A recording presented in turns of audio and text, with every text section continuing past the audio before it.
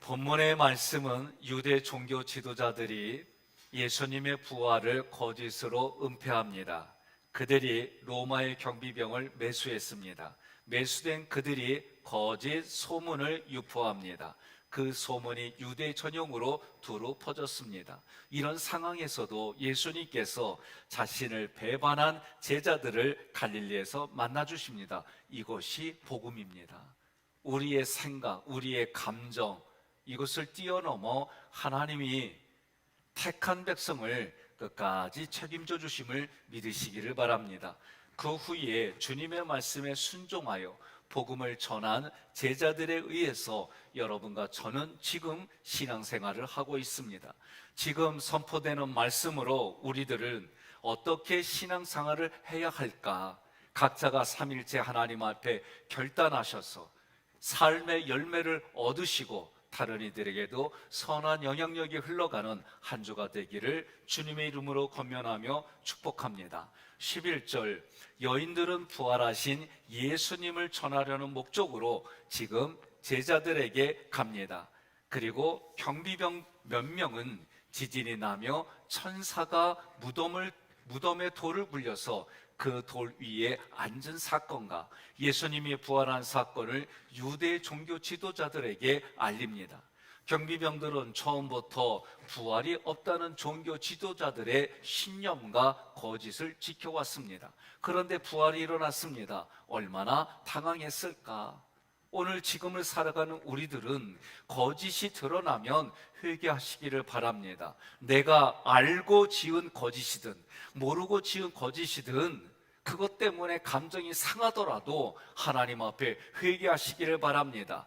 지금 그 회개하는 모습이, 지금 마음 상함이 오히려 하나님 앞에서 심판받는 것보다 훨씬 낫습니다. 12절, 그들이 장로들과 함께 의논합니다. 경비병들은 유대 최고의 입법과 사법기관인 산헤드린 공의에서 예수님의 부활 사건을 왜곡시키기로 합의를 봅니다. 그 내용은 13절, 제자들이 예수님의 시체를 훔쳐갔다고 적극적으로 선전하기로 합의했습니다.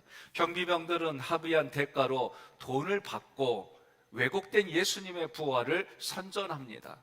그 내용은 함께 봉독합니다. 이르되 너희는 말하기를 그의 제자들이 밤에 와서 우리가 잘 때에 그를 도둑질하여 갔다 하라. 아멘. 이 구절에서 왜곡된 부활의 논리가 두 가지로 모순이 있는 것을 보게 됩니다. 첫째, 만약 경비병들이 잠들었을 때에 도둑질했다면 그 시체가 도둑질에서 없어진 것인지 아니면 예수님이 진짜 부활하셨기 때문에 사라졌는지 정확하게 알 수가 없어요. 두 번째는 시체를 도둑질한 사람들이 예수님의 제자라면 어찌하여 그들을 체포하지 않았을까? 따라서 유대 종교 지도자들의 유언비어는 예수님의 부활을 그들이 감당할 수 없는 초자연적인 사실로 부각된 반증이에요. 종교 지도자들이 매수된 경비병들에게 말합니다. 14절, 만약에 예수님의 제자들이 시체를 도둑질했다는 소식이 총독에게 들려지면 미래에 우리 종교 지도자들이 너희를 위해서 총독을 설득하겠다. 너희 경비병들이 근무에 태만하여 책임질 일들이 벌어지지 않도록 만들어주겠다. 조금이라도 염려하거나 두려워하지 말라고 회유하는 거예요. 15절, 그 결과 매수된 군인들이 은전을 받고 적극적으로 예수님의 부활을 왜곡시킵니다. 왜곡된 말이 지금까지 유대인들에게 널리 퍼졌어요. 16절 함께 봉독합니다. 11제자가 갈릴리에 가서 예수께서 지시하신 산에 이르러.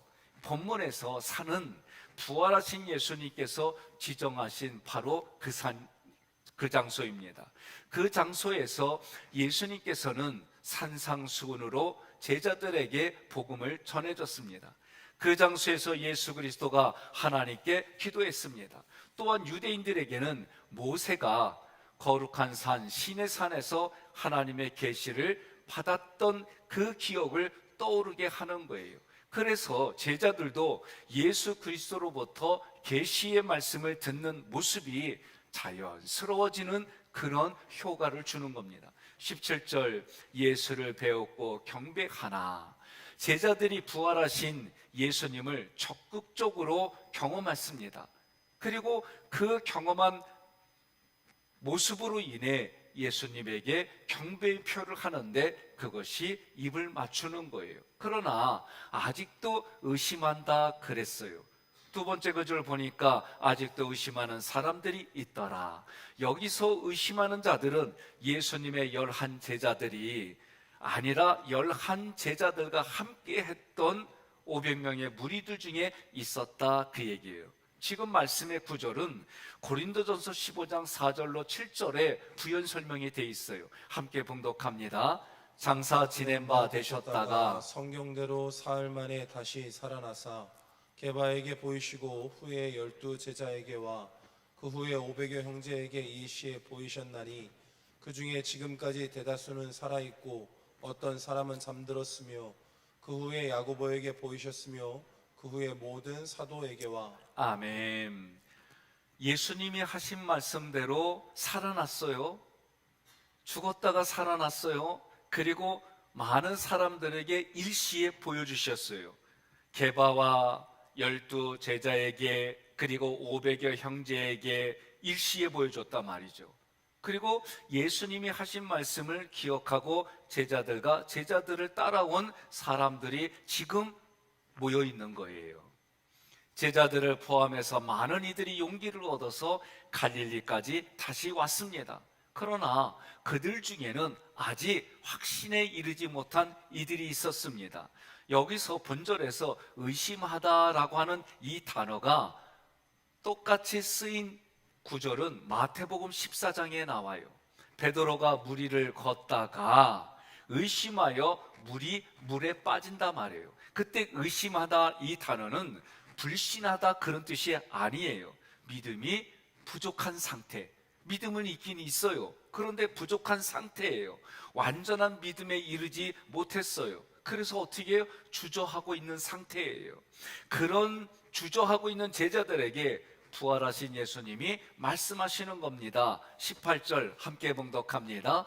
예수께서 나와 말씀하여 이르시되 하늘과 땅의 모든 권세를 내게 주셨으니. 아멘. 신약에서 권세라고 하는 단어는 두 가지가 있어요. 하나는 본문에 쓰인 대로 엑수시아, 또 하나는 디나미스라는 단어예요. 본문에서 쓰인 단어는 합당한 권리 행사로 해석하는 거예요. 그리고 디나미스는 예수 그리스도를 전달하는 능력, 이렇게 보는 거예요. 그렇다면 본 구절에서 하늘과 땅의 모든 권세를 내게 주셨으니, 이 구절은 오직 예수 이름만이 천하에서 구원받을 합당한 이름이다. 그의 이름은 천국으로 가는 길을 열어주시는 이름이다. 그의 이름은 이 땅에 전파될 메시아에 어울리는 합당한 이름이다. 이렇게 해석하는 거예요. 그러므로 부활하신 예수 그리스도가 우리에게는 명령권자입니다. 우리는 그 명령에 순종할 뿐이에요. 여러분 동의하십니까? 하나님의 말씀이 읽혀지고 들려지고 내가 읽을 때에 그 말씀에 여러분 가슴에 부대낄 거예요. 왜?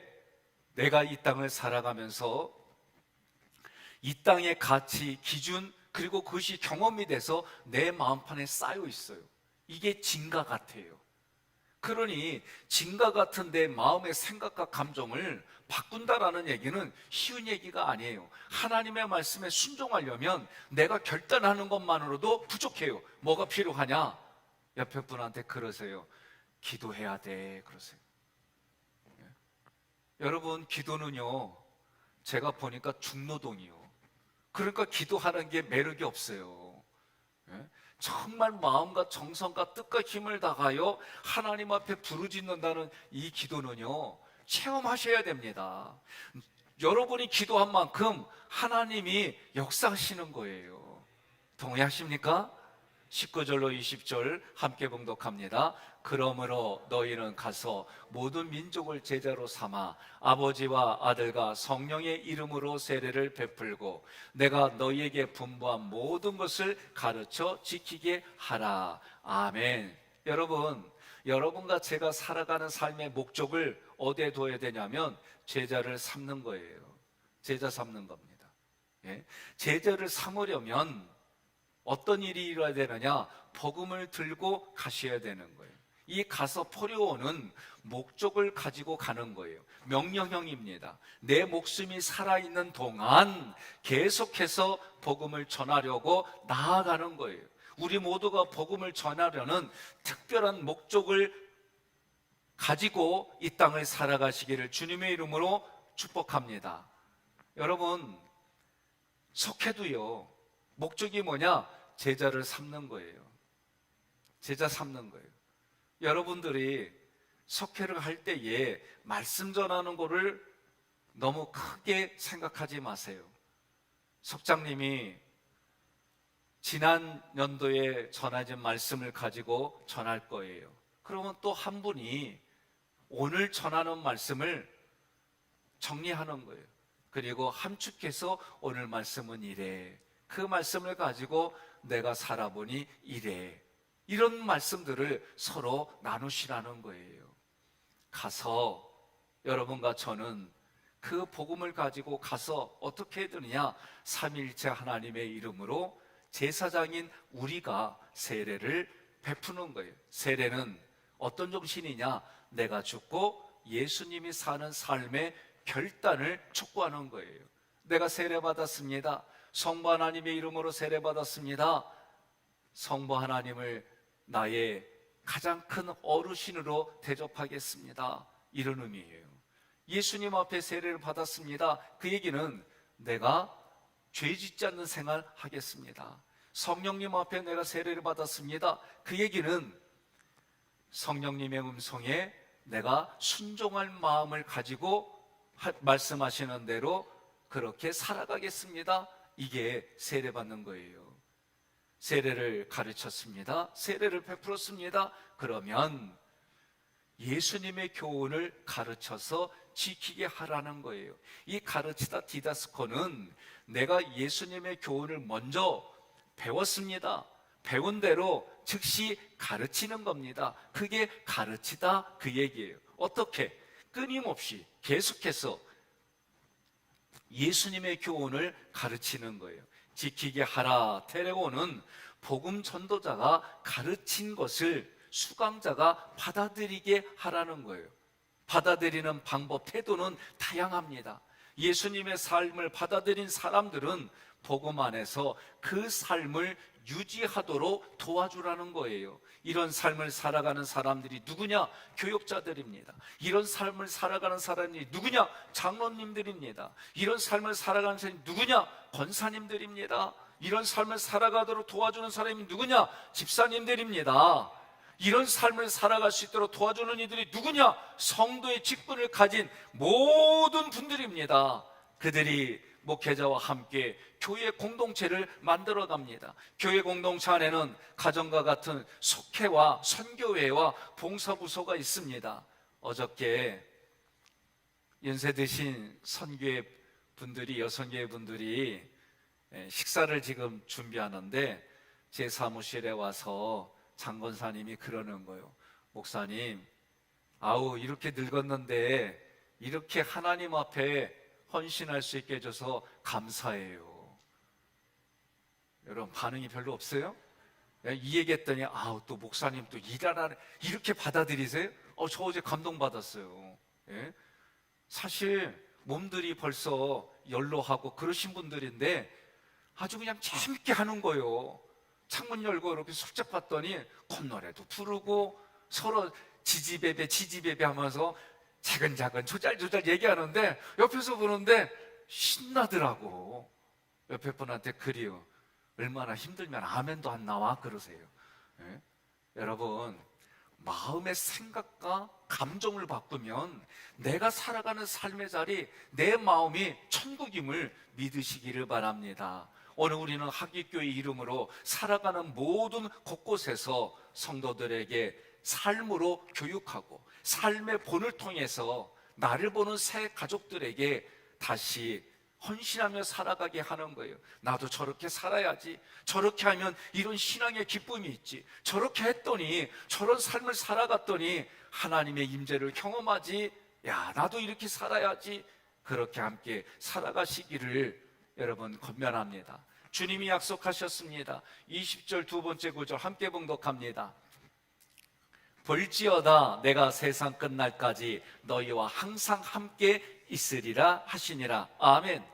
예수님께서 우리에게 맡겨주신 사역들을 위해서 예수님 자신이 영원토록 우리와 항상 함께 해주십니다. 여러분 믿으시기를 바랍니다. 주님은 사명을 우리에게 맡기셨습니다. 그 사명을 감당할 수 있도록 내게 힘의 원천이 되어 주셨습니다. 사랑하는 성도 여러분, 거짓은 결코 진리를 이기지 못합니다. 예수님은 태어나실 때에 마귀가 헤롯 왕을 건드려서 2살 미만의 아이들을 다 죽였어요. 왕이 이 땅에 오지 못하도록 우리에게 나를 구원해 주신 왕 제사장이신 선지자의 모습으로 이 땅에 오신 예수님을 죽이려고 했어요. 그래도 하나님은 그 계획을 틀어버리고 이 땅에 왕이신 제사장이신 예수 그리스도를 우리에게 보내주셨습니다. 공중의 권세 잡은 악한 마귀는 예수님께 멸망을 당한 존재예요. 예수님은 이 땅에 마귀의 일을 멸하러 오셨다고 그랬어요. 마귀를 멸하러 오셨다고 그랬어요. 그러니 여러분과 저는 이 땅에 예수님을 의지하는 겁니다. 예수 그리스도를 나타내는 삶에 세상의 명예와 물질과 모든 것들을 사용하십시오. 그리하면 그 존재의 목적이 성취되는 거예요. 지난주